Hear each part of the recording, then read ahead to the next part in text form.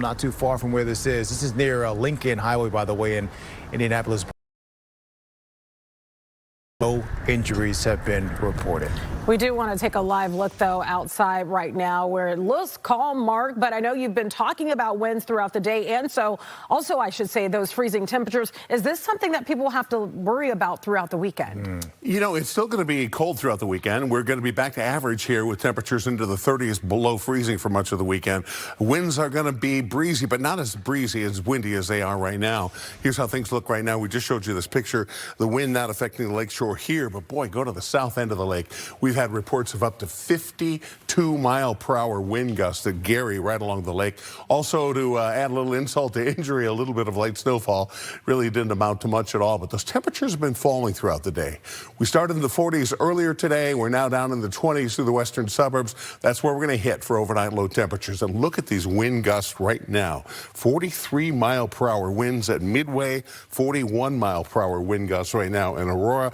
Again, these winds are going to settle down here as we go through the next couple of hours, but it's still going to be a little breezy overnight tonight and a little breezy for a good portion of the weekend. I'll tell you more about that weekend forecast coming up. Yeah, hold on to your scarves. All right, earlier today, the Supreme Court shut down a big part of President Trump's trade plan, but he says he's not done with tariffs yet. Caroline Shively breaks down what Trump is planning next. A defiant President Trump says he's going around the Supreme Court ruling and implementing a new 10% global tariff. I'm ashamed of certain members of the court, absolutely ashamed. President Trump irate at Friday's ruling from the Supreme Court, striking down his sweeping reciprocal tariffs, a major blow to his signature trade policy. Foreign countries that have been ripping us off for years are ecstatic.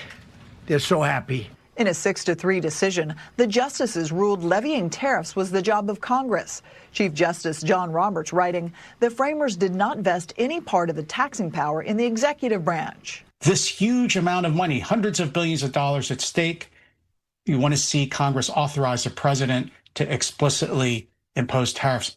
Despite the president's disappointment, stocks rallied after the news, with many, but not all, business owners expressing relief. I imagine there's a flurry of activity right now with importers, small businesses, auto parts importers, anybody you can think of, sneakers, athletic wear, raincoats.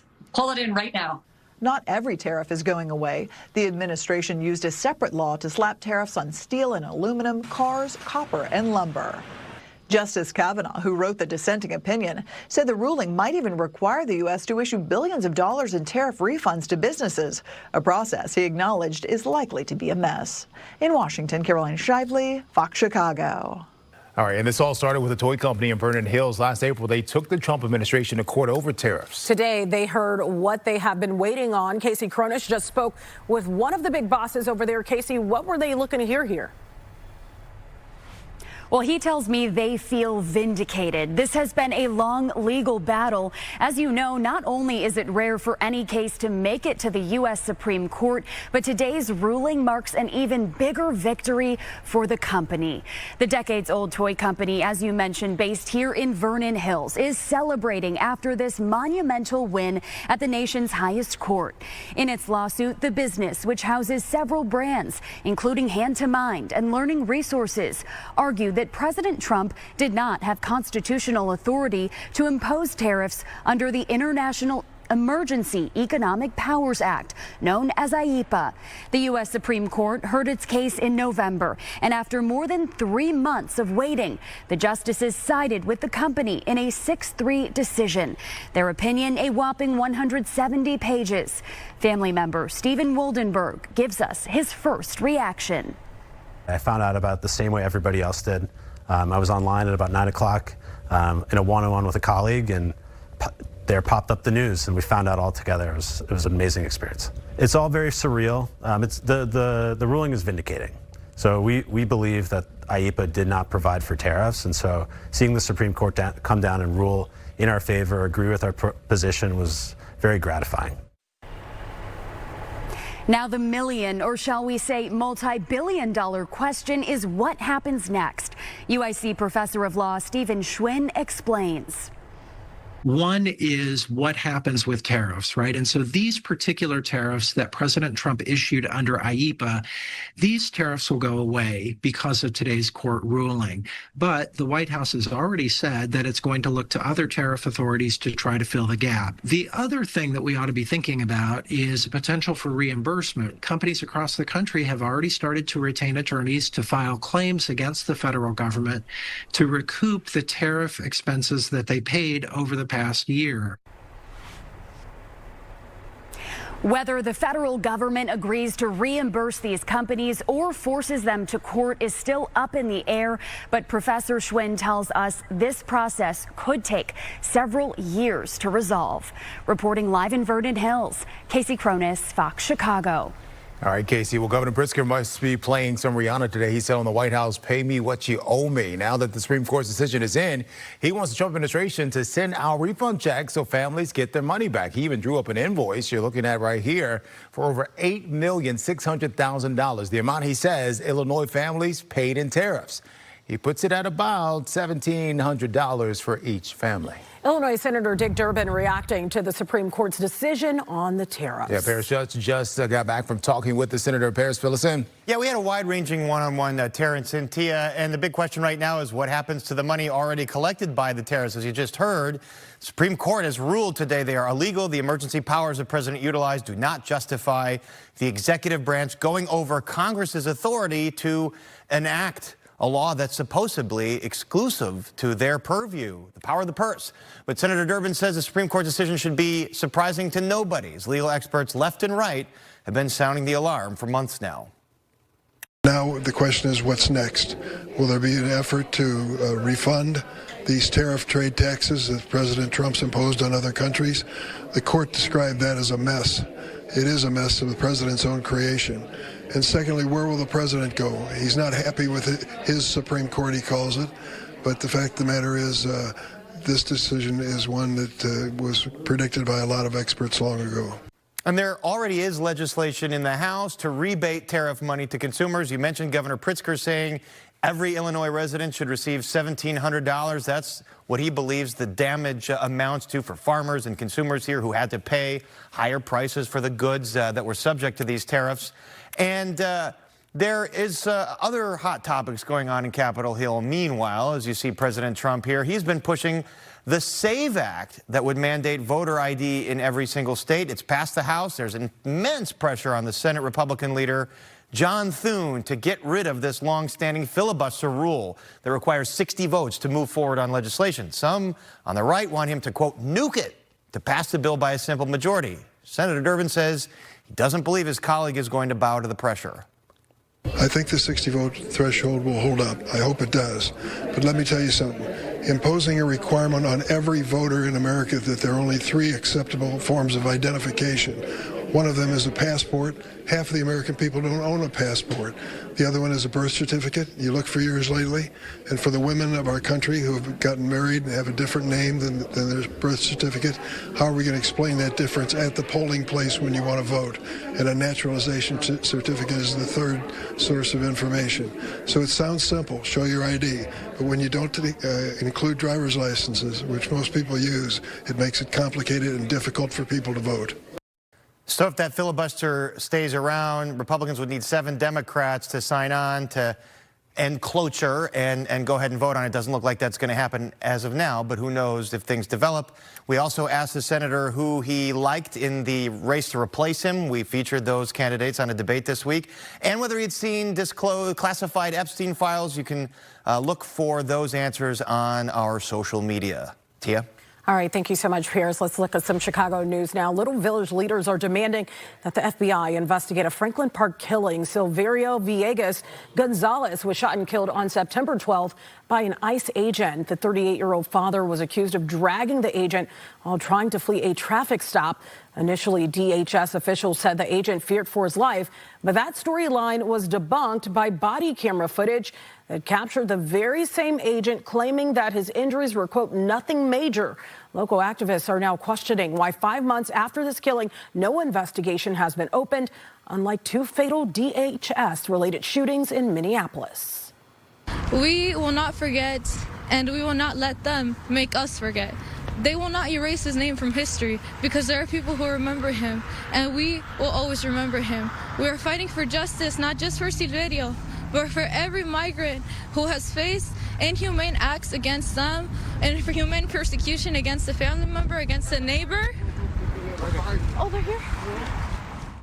And you see there the organizers just taking off. They ran to the building's gate hoping to make entry there. They were denied, but able to hand a letter for the special agent in charge to security. They say they will be outside the Chicago field office every Friday until they get a meeting. St. William Parish in Montclair filled up this morning with people who love Ophelia Torres. You may remember last fall, immigration detained her dad, Ruben Torres Maldonado. She was 16 and spent the last year fighting a very rare cancer, aggressive at that. Ophelia took classes from home during treatment. She went to Lakeview High. ICE picked up her dad and Niles right after she spent a weekend at home from the hospital. Doctors said that stress made her treatment harder.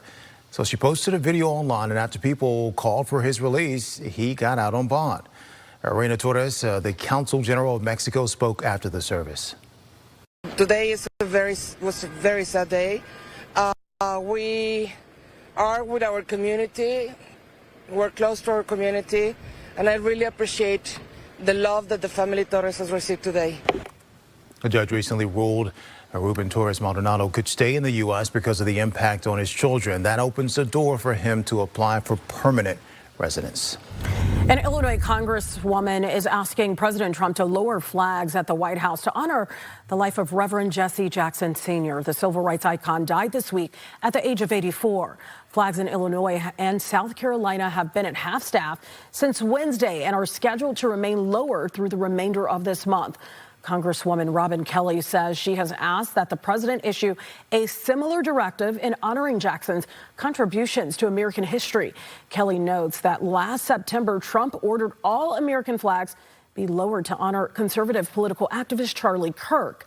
The White House has not publicly responded to this. But meanwhile, House Speaker Mike Johnson has reportedly rejected a request to allow Jackson to lie in state at the U.S. Capitol. Johnson says the denial was not political and cited past precedent over how the deaths of other high-profile figures were handled. The general practice is for presidents, select military officials, and select government officials to lie in honor. In 2020, though, John Lewis was honored at the Capitol following his passing. He was the first black lawmaker to lie in state at the Capitol. And in 2005, Rosa Parks became the first and only private citizen to lie in state there. A week-long celebration of life for Reverend Jesse Jackson Sr. will begin next Thursday right here in Chicago. There will also be services in South Carolina and D.C. We have posted all the details online at our website, fox32chicago.com. It's been almost 6 years since the city took down the Columbus statue. Now the city has announced what's replacing it at Rico Park. They picked Frances Xavier Cabrini. She's actually the first American saint. She's also the patron saint of immigrants. She grew up on a farm in Italy, came to Chicago in 1899 and passed away in 1917. She kicked off the Missionary Sisters of the Sacred Heart, then helped open schools, orphanages, hospitals, the works all across the Americas. And back then, some of those places even had Columbus's name on them. Fast forward to 2020, Chicago took down all the Columbus statues during protests. After that, the Park District asked people what they wanted to see next and even let people vote. They got over 150 suggestions. Mayor Johnson says Mother Cabrini is who they landed on. Mother Cabrini really embodies, as I call it, the soul of Chicago, and, the support for memorializing the legacy of Mother Cabrini was overwhelmingly received by the people of the city. I believe that process was open. Of course, we're going to continue and always willing to have conversations about how we honor cultural heritage in the city of Chicago. Oh, and her name, that's where Cabrini Green comes from, those buildings that came down in 2011. No one knows yet when the new statues are going up, but artists can start throwing their hat in the ring on March 1st. So here's the question. Will the Bears call Chicago home, Hammond, Indiana, or Arlington Heights? So far, we've heard from lawmakers on both sides of the aisle in Illinois and Indiana on the Bears' potential move. But now we are hearing from the village of Arlington Heights after the Chicago Bears signaled that a stadium in Hammond could be their next play. Village leaders say they spent 3 hours Wednesday meeting at the state capitol with House and Senate members and with the Chicago Bears, calling the discussion highly productive. While a follow-up meeting Thursday was canceled, leaders say conversations are still ongoing and expects that a bill will be drafted out of Springfield soon. The statement goes on to say Bears representatives have repeatedly assured the village that the news regarding Indiana does not mean that they have made any decisions on a final site location and that they will continue the frequent and productive discussions that have been underway in Illinois. All right, a tip to Fox Chicago leads to action in the R. Kelly saga. A YouTube user was stopped from sharing child exploitation material. More on exactly what happened just ahead. Hey, can you hear me now? Push to hang up cell phones inside schools in Illinois. 3 setbacks in less than 2 months, including one as we speak for the Beverly Funnel Mart. But coming up, we're going to show you how they're navigating during this difficult time and how there's a little bit of good news for them on the horizon. Fox.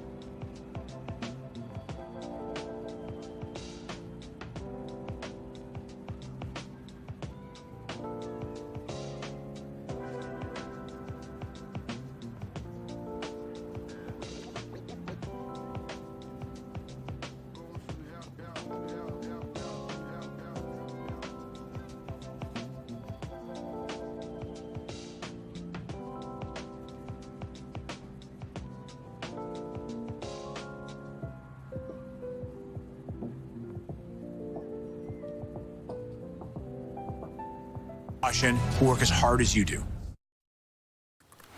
All right, Chicago. Maryland's Governor Wes Moore was spotted at the White House meeting with President Trump today. So why is that surprising, though? It's because he wasn't invited. Trump refused to include him and the Democratic governor of Colorado, who have both been critical of him. This breaks the bipartisan tradition of the National Governors Association annual meeting. Well, faith leaders, civil rights advocates, I should say, and members of Congress gathered on Chicago's northwest side today, sounding the alarm over what they call growing threats to democracy. Congresswoman Delia Ramirez co-hosted the Power of the People Summit alongside the Congressional Black Caucus chair, bringing together more than 100 organizers and community leaders. The focus, protecting civil rights, safeguarding elections, and pushing back against what speakers describe as federal overreach. Organizers say the message is simple: democracy requires collective action. We also know this, that the power of the people is stronger than the weapons that they attempt to yield against us. And so we're committed to work together in building coalitions across our intersections and issues, and working really hard not to let those who try to destroy us divide us. They're also urging people to get involved through organizing, legislation, and the courts to protect the rights of all. Governor Pritzker stopped by Oak Park in River Forest High School today. He was highlighting his new school cell phone ban. That's a proposal he's working on right now. The goal of that is to fight distractions at schools. Also meant to help improve mental health of students, stop cyberbullying too. Governor Pritzker said schools who already have policies like this are giving a good signal that it actually works. We have a dramatic amount of evidence that these policies improve students' academic performance as well as their health and well-being. Bullying goes down while grade point averages and advanced placement tests at schools that have banned cell phones goes up. Attendance at after-school events increases, and these bans are also overwhelmingly popular, supported by 90% of teachers and 65% of parents. The ban will cover every grade, K through 12, but there'll be exceptions for medical reasons and emergencies. We have a follow-up to a story that we first told you about in January. Someone crashed right through the Beverly Phono Mart on New Year's Day. But now they're dealing with two more setbacks. Brett Bagansky is in Beverly. Brett, right now they're in the dark. Things are not going their way recently for the Beverly Phono Mart. So right now, and I just checked in with them, they don't have any power right now, so they're still trying to get that restored. But that's not the only thing they just dealt with. So they just got to this pop-up store 2 weeks ago, and just a few days after that happened, a pipe burst inside of their store where there's some significant water damage. So not only is there structural damage at the front entrance, well, you got crews now ripping up the floorboards just to make sure there's no mold. And because that happened, they lost even more inventory. We're talking about another 160 records and then 545s as they're trying to make another insurance claim. Co-owner Mallory McClure told me it's just been a rough 2 months for them, going from a traditional store to online orders only to having this pop-up store. And now they're really not where they should be. Definitely disrupted our rhythm with that, and thankfully there were lots of people, not just locally, but people from other parts of the region and the country who were placing online orders, so we were able to quickly get those out, like you said, doing deliveries in the area, and we're continuing to do that. But I think it's just been us trying to continually problem solve and adapt as we go. They're adapting all right, so they still don't know when their original storefront is going to be open. It could be the summer months, maybe even the fall before that happens. But they did get some good news recently. Remember Horace Grant? He stopped in their store, and now Beverly Phono Mart is going to feature them, or I should say the Chicago Bulls are going to feature the Beverly Phono Mart as their business spotlight, so they're going to be formally honored on Sunday when the Chicago Bulls play the New York Knicks. We are live in Beverly tonight. Brett Bagansky, Fox Chicago. All right, thank you for that, Brett, and hopefully the weather for that game will be nice and not super cold. Why are you looking at me like that? It wouldn't matter. They well, play you gotta inside. get there. Yeah, but you still got to get there. You still got to go through the parking lot. Okay, good point. You might have to catch the train or bus. I'm like, did I miss something? Are they playing street ball? No, I'm saying to get there. That chill when you step outside is real. I got you now, yeah, because the full spring or the fake spring, as people call it, is over. It's a wrap. Did your blood get thinned out just in those few days? Yeah. I understand. You know, a lot of us are getting tired of winter, but we're right back into February coming up this weekend. In fact, our temperatures, which started out in the 40s just after midnight, have been tumbling all day. We're in the low 30s now and 20s out through the suburbs. But that's only half the story. The rest of the story are the winds. Look at this, winds gusting now 43 miles per hour, southwest side of Chicago. Take it out west to the Fox Valley, 41 mile per hour wind gusts. We had winds gusting as high as 52 miles per hour on the south end of the lake at Gary, and everywhere you look, it's blustery. We'll expect to see these winds get tapered down as we go throughout the rest of the evening. We were under a high wind advisory for Chicago. That's been taken down, but it's kind of just been shifted off to the east. So still, as you go over towards LaPorte County in Indiana, you'll still deal with some high winds. Be careful on the Indiana Tollway tonight. Wind chills with those high winds, as you might imagine.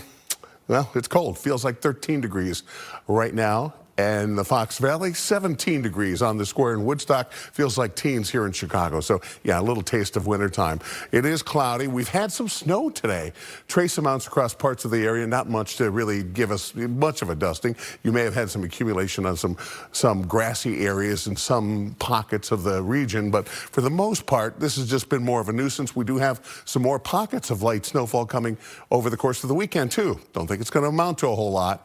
And then here's the best news I can give you. As we look at the extended outlook taking us all the way through the first week of March, those temperatures are going to trend back above average. That's kind of a good thing if you're tired of winter. Yeah, we need something above average around these parts. All right, Mark, thank you so much. But overall, with that forecast, you may need to think warm thoughts this weekend. Yeah, summer jobs are up for grabs where young people can jump in first. And go straight to your gate. Don't stop at TSA. The new speedy security feature being rolled out at Midway Airport.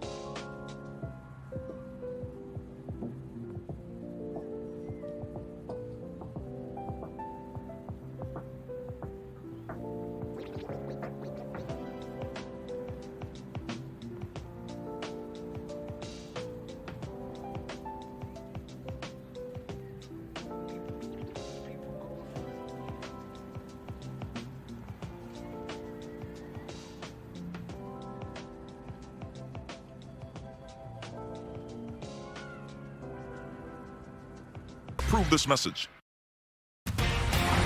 A Fox Chicago tip exposing child exploitation content has prompted a major social media platform to permanently remove and ban a user, and it's all linked to the R. Kelly case. A contract dispute may force you to change some traveling plans, and it could make you pay more at the pump. And a train derailment in the south suburbs, what we know about the cleanup efforts there. First, friends and family are getting ready to honor one of the victims who died in an accident on the Bishop Ford Thursday morning. Leslie Moreno joins us live in the south side with more on this. Leslie? Hey guys, good evening. Yeah, family and friends are set to gather here at 35th and King Drive for a balloon release for Lazarus Gonzalez, also known as Hollywood. He is one of the two victims who were killed in that early Thursday morning crash. 17-year-old Boaz Flemister, also known as Bo, and 23-year-old Lazarus Gonzalez, also known as Hollywood, were ejected from the vehicle they were in and were pronounced dead at the scene. Illinois State Police say the accident happened early Thursday morning on the Bishop Ford Freeway. Officials say the SUV they were in lost control, flipped, and landed on its side. Both Bo and Hollywood, again, were pronounced dead at the scene, and 3 others had to be rushed to the hospital. They were both part of Empire Dance Institute. Those 3 other team members were also in the SUV. They were ejected and had to be rushed to the hospital in critical condition. We do have an update on their status from family. We're being told that the driver of the vehicle is still in a coma. We're being told that a second person was released from the hospital today and is at home recovering. And we're also being told that the third person is currently still in the hospital in critical condition.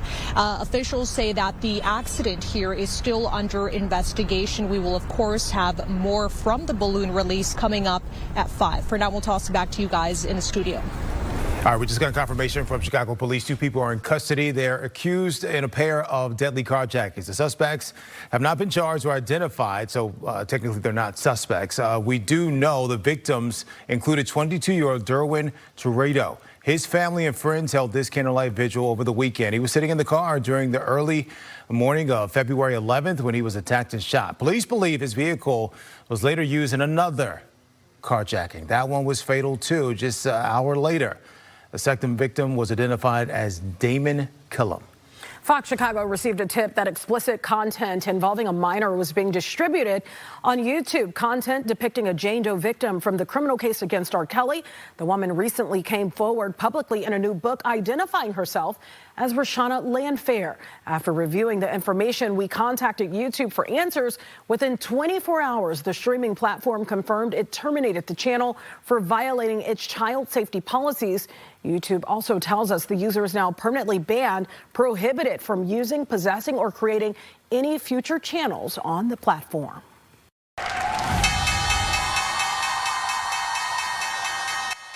All right, that tariff showdown today lifted the mood on Wall Street. Stocks ended higher for the day and week. President Trump says he will impose a 10% global tariff under a different authority and replace those thrown out by the Supreme Court. But the justice's decision hiked shares of tariff-exposed companies like some footwear makers, that industry's been hit hard because of the concentration on manufacturing operations in China and neighboring countries.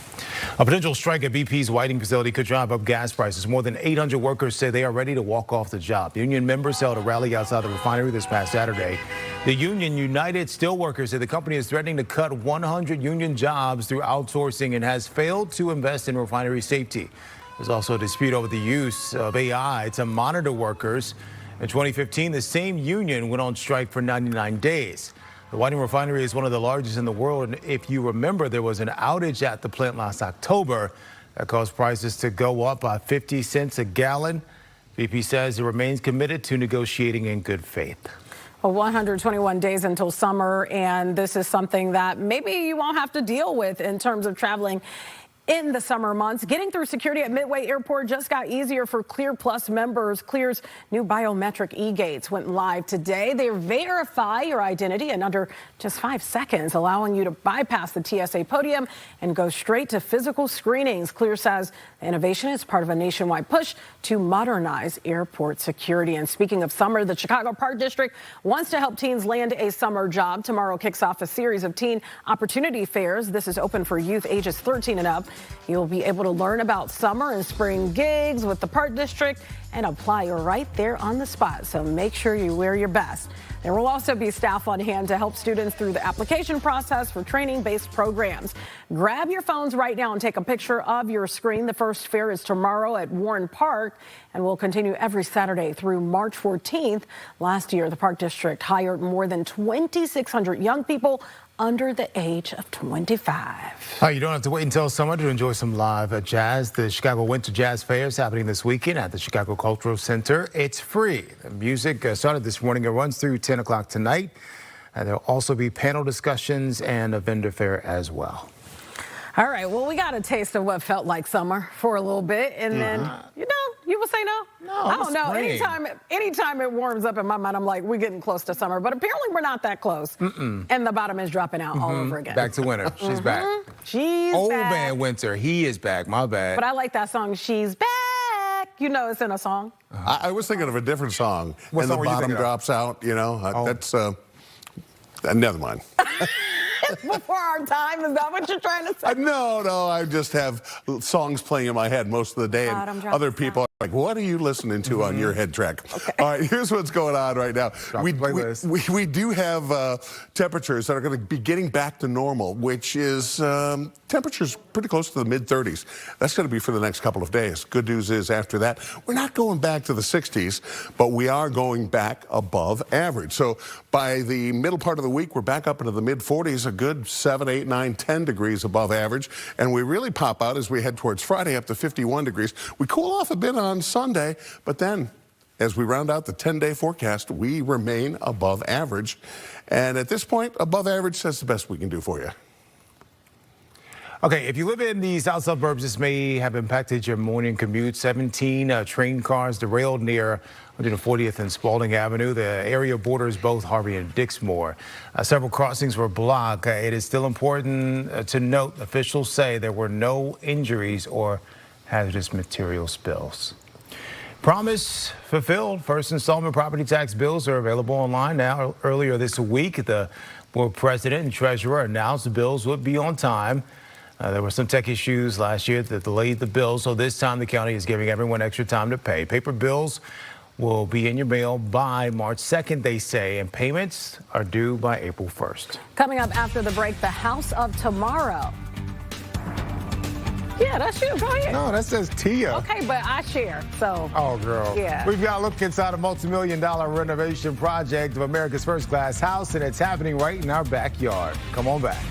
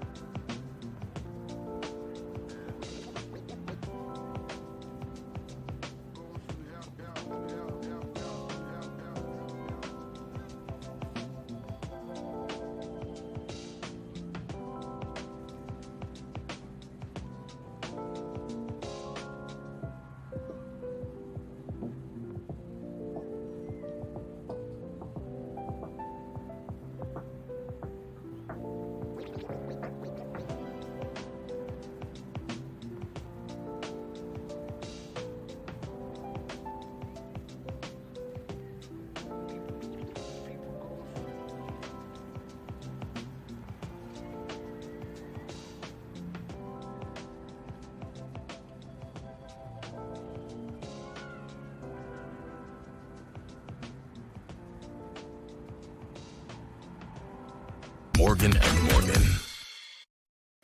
Welcome. Chicago's 1933 World's Fair is looking a lot brighter these days. The House of Tomorrow is one of 5 modern homes showcased at the fair nearly a century ago that were later moved to Beverly Shores, Indiana. Millions have been spent to fix it up. Dane Placco can show you what it looks like now. This was the culmination of 3 decades of effort to try to get this house restored, and it's almost here. And it's almost here. Todd Ravensloot of the National Park Service gives us a tour of this historic home in transition. Today's version of the House of Tomorrow. This is the top floor we're going to. Yep, the observatory. From up here, you can clearly see the biggest recent improvements. 2 floors, each featuring a dozen massive new windows recently installed to bring the home back to its original 1933 concept. So this is triple pane glass you're looking at. Each one of these units is about 1,000 pounds. This is a big project putting all this in. Absolutely. Here we are, folks, at Chicago's world-famed Century of Progress. The House of Tomorrow was one of 5 futuristic homes showcased at Chicago's 1933 World's Fair. The nation's first glass house designed by architect George Keck to give fairgoers a glimpse at how they would live in the future, a world of dishwashers, air conditioning, televisions, and airplanes. And this was the House of Tomorrow. This is what everybody was going to live like after 1933. This house had an airplane hangar in it, not a garage, because everybody was going to have planes. Didn't really turn out that way. No, it did not. After the fair ended, the Century of Progress homes were put on a barge and shipped to Beverly Shores, Indiana, where they were rebuilt on a beautiful bluff overlooking Lake Michigan. While some have thrived, like the famous Florida Tropical House, over the years, the House of Tomorrow fell into disrepair, losing its massive windows and eventually being purchased by Indiana Landmarks after the owner couldn't afford the repairs. This is how the house looked when we last visited in 2022, wrapped in Tyvek and plywood, its interior in shambles. Community college students salvaging the original furnishings. It is a bit of a wreck. Yeah, this looks a lot different than the last time I was here. It sure does. The inside has now been gutted out. A new second floor has been poured, and those 24 new windows provide a spectacular view. Looking out to Lake Michigan, and it's very surreal right now with all that shelf ice and how cold it actually is out there. But in the summertime, it'll be a busy beach with a beautiful view. So far, it's cost about $4 million for this initial phase of renovation, which should be completed sometime in April. At that point, the person who's going to be leasing the House of Tomorrow for the next 60 years takes over to do the inside, and that'll be another $2 million. It'll either be a private residence or it could be short-term rentals, because we've actually had one of the properties convert over to that recently. Oh, really? Like an Airbnb sort of situation? Exactly. For those bringing this old house back to the future, it's a labor of love. This fun? Yes, sir. It is. You've been enjoying this? I have. I've been going by this house for 50 years, so it's fun to be involved. The House of Tomorrow, coming back to life today. In Beverly Shores, Dane Placco, Fox Chicago. If you want total health care from a provider you trust, Hi, Blair. right in the palm of your hand, if you want soup, sweatpants, and 0 in-person contact, if you want wellness wherever, our virtual primary care delivers with great website manner. No worries. So choose your doctor from our profiles and enjoy the healthiest online relationship you've ever had. House calls have evolved. Advocate Healthcare. Right now.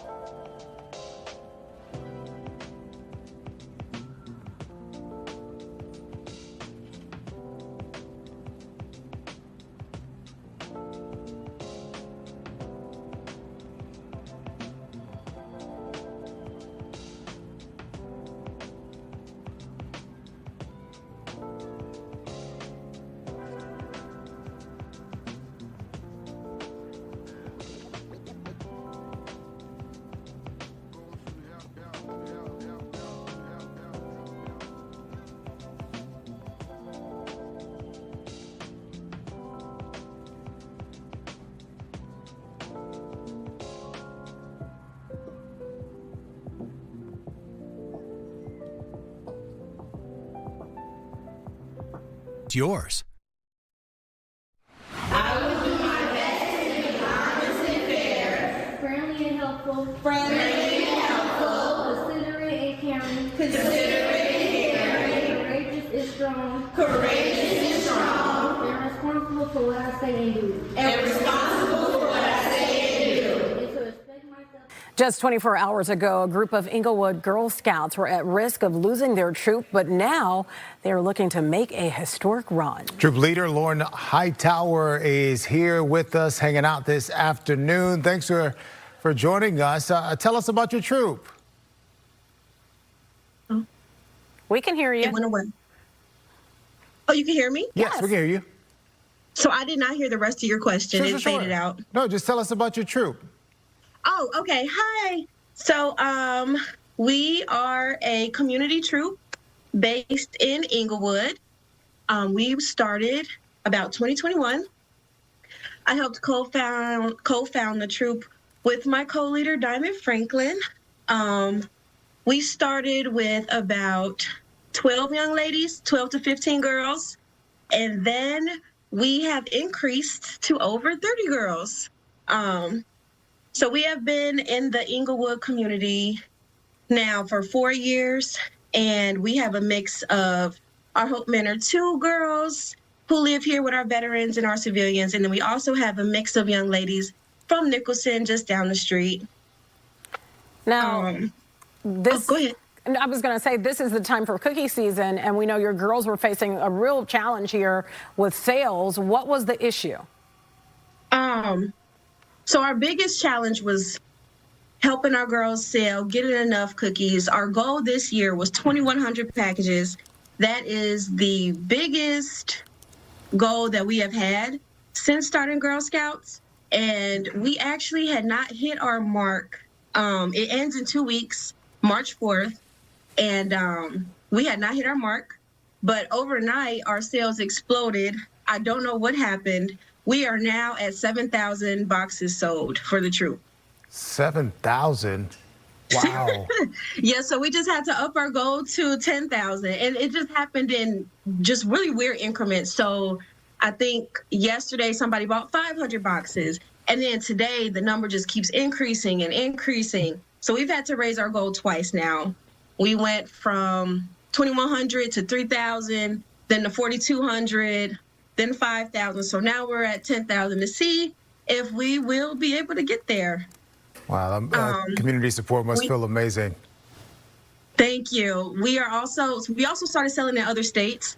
There's about 15 to 20 other states that have participated. So now we're going to try to do a 50-state challenge. One person in every state buy a box of cookies from us to see if we can get all 50 states by March 4th.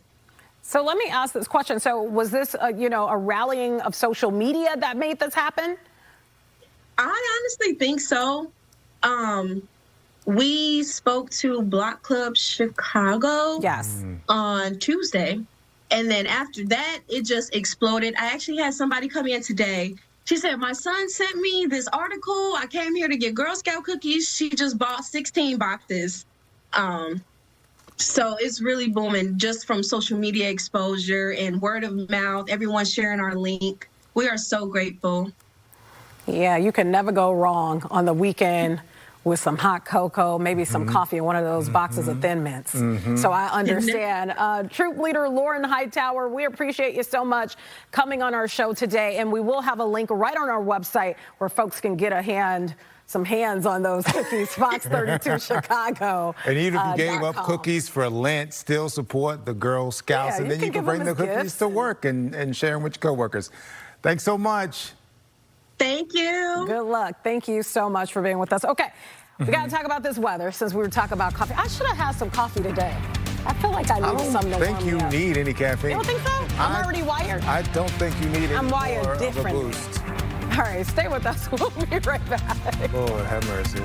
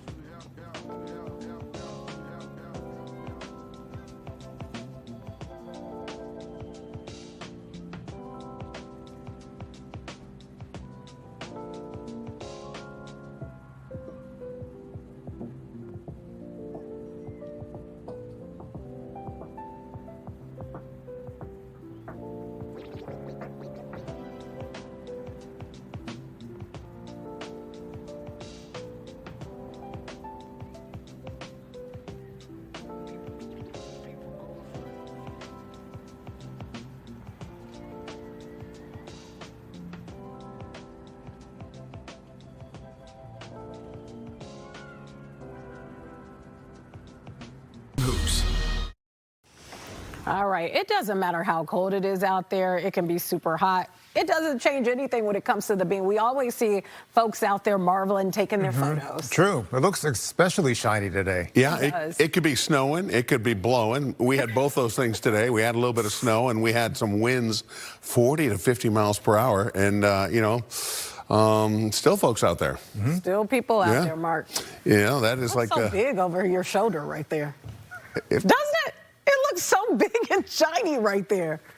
Okay, anywho. Yeah. I could just sit and stare at that forever.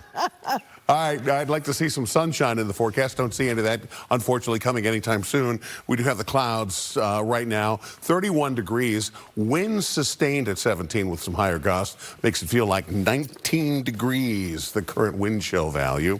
And we're going to see those wind chills down, maybe even into the single digits overnight tonight. This is your satellite and radar. We've got low pressure right here. This is a low pressure that brought us a little shot of some light snowfall today. It continues to swirl a little pocket or two of light snowfall around the central part of Lake Michigan. We'll continue to see some chances of light snowfall as we go into late tomorrow and then also early Sunday with a little bit of lake effect snow in the bottom end of the lake as well. So a couple chances, nothing major coming our way, but they are in your forecast. Temperatures 30 degrees around the Triad from both airports to the lakeshore. Temperatures in the upper 20s from Rockford down to the Fox River Valley here this hour. A lot of cloud cover around. Occasional snowflake, a flurry, a little snow shower.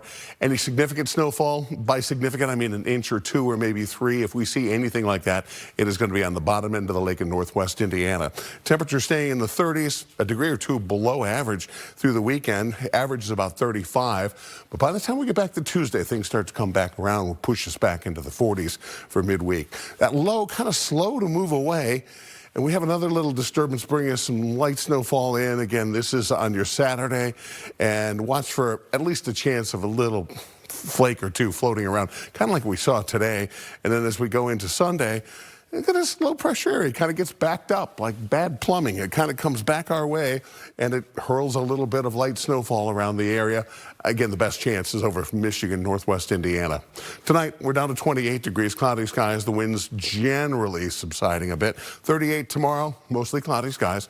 Winds out of the west, small chance of some light snow and flurries, especially late in the day into the evening. 35% chance of some snowfall Sunday morning, then back into the 40s with 50s towards the end of the 7-day forecast.